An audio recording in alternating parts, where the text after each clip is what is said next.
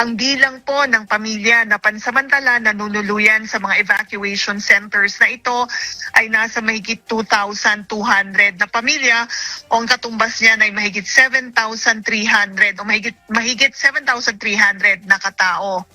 And ito po nung mga pamilya na ito ay binibigyan po ng tulong ng DSWD kasama na rin po ng mga local government units. Ang mga evacuation centers ay matatagpuan nga po sa Benguet, Baguio City, dyan po sa Region CAR, sa Ilocos Sur, La Union, Pangasinan, Dagupan City sa Region 1, Bataan, Nueva Ecija, Pampanga, Tarlac, Zambales sa Region 3, gayon din po sa Batangas, Cavite, Rizal sa Calabarzon, Occidental Mindoro sa Mimaropa at gayon din sa Zamboanga City sa Region 9.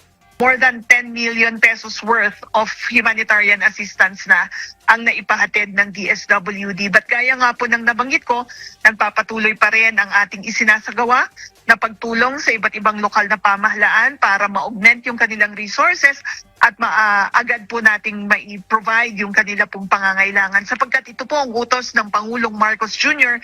sa DSWD, tiyakin na mabilis, maagap ang pagpapahatid natin ng tulong at dapat sapat ito